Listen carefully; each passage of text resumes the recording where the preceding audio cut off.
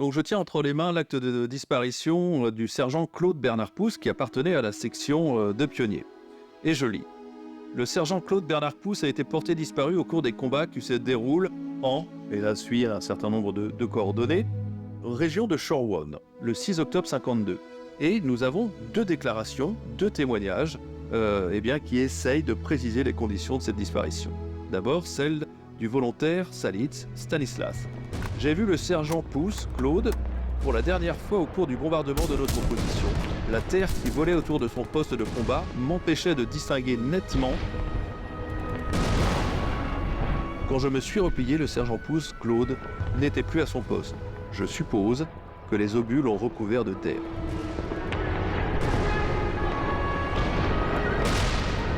Et le deuxième témoignage, qui va dans le même sens, donc, est fait par le deuxième classe Jean Audrin.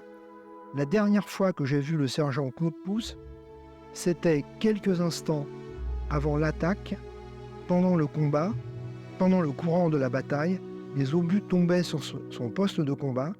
La terre qui volait m'empêchait de le voir. Quand je me suis retiré, le sergent Pousse Claude n'était plus à son poste. Je suppose que les obus l'ont recouvert de terre.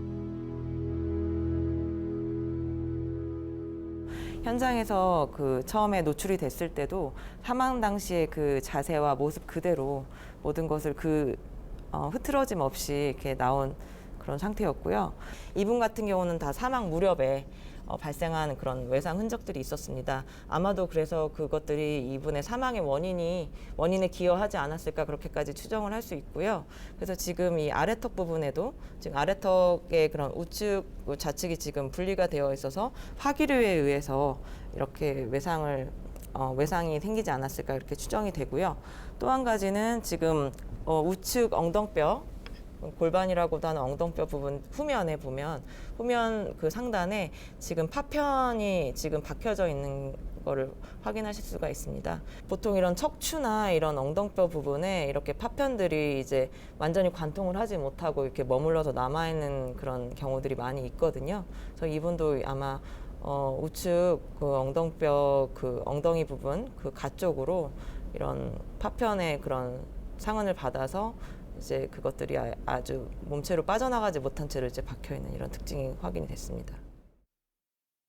Ce qui est notable dans la position du corps, bon, d'abord, c'est le traumatisme subi par la colonne vertébrale qui est très marqué ici sur cette photo. Et c'est surtout le fait que son gilet par éclat se retrouve sur le visage. Ce qui laisse supposer, on peut imaginer donc lorsqu'il y a eu l'impact, à proximité, l'éclat le touche à la mâchoire, mais le souffle décolle. Voilà, soulève le gilet, Soulève le gilet. puisqu'il n'a pas de manche, ce gilet. Hein, et donc soulève le gilet, lui recouvre le visage, et on voit bien également le positionnement des bras qui est en l'air, donc ce qui fait bien penser à un souffle qui retourne le gilet et qui projette les bras. Et c'est à ce moment-là qu'il est enseveli.